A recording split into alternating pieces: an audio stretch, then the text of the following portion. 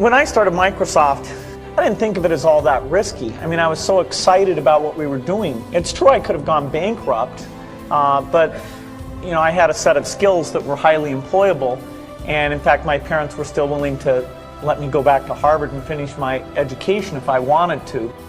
And so then I got this incredibly conservative approach that I wanted to have enough money in the bank to pay a year's worth of payroll, even if we didn't get any payments coming in.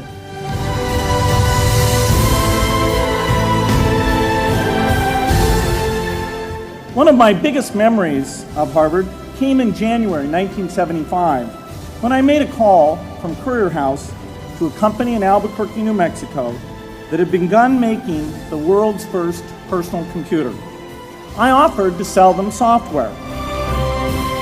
I worried they would realize I was just a student in a dorm and hang up on me. Instead, they said, "We're not quite ready. Come see us in a month," which was a good thing because we hadn't written the software yet.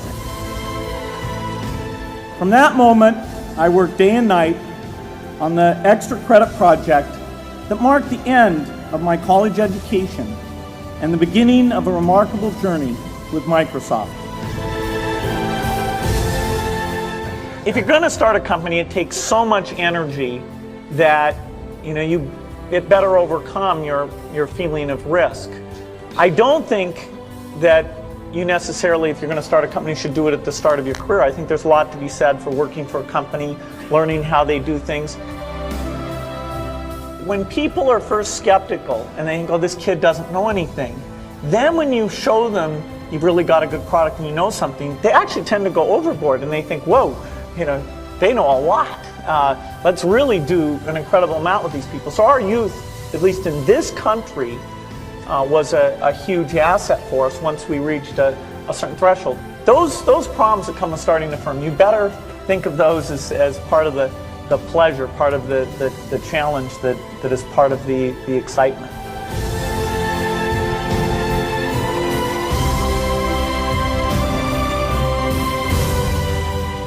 You can't just keep doing the same old thing you were doing before.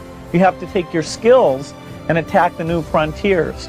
In the business of technology, you have to think about what are you missing? What is the research or customer feedback that you should be paying more attention to? And how do you keep that pace of innovation very, very high? How do you make sure you're hiring the very best people? And that kind of focus has helped drive us forward through all the milestones the company has had. You've got to enjoy what you do every day. And for me, that's working with very smart people. It's working on new problems. Every time we think, hey, we've had a little bit of success, we're pretty careful not to dwell on it too much because the bar gets raised. People's expectations of the products, we've always got customer feedback telling us the machines are too complicated, they're not natural enough. About 25% of the time that I'm out traveling around meeting with customers, Europe, Asia, and that sort of helps me think, okay, do we have the right priorities? What are people responding well to, and what would they like to see us do better?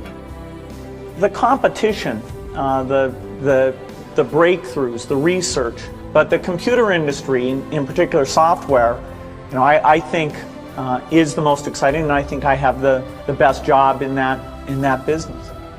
You all have a chance to innovate. As you're thinking about your innovation, of course, you should go after any market that you think is interested in it. But a little bit, if you can also think, okay, does this innovation apply to those most in need?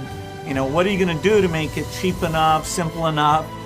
Figure out how to get it so it really, if possible, can extend out to the poorest. I wish I had learned more about that at a young age, and so you have an opportunity to do that.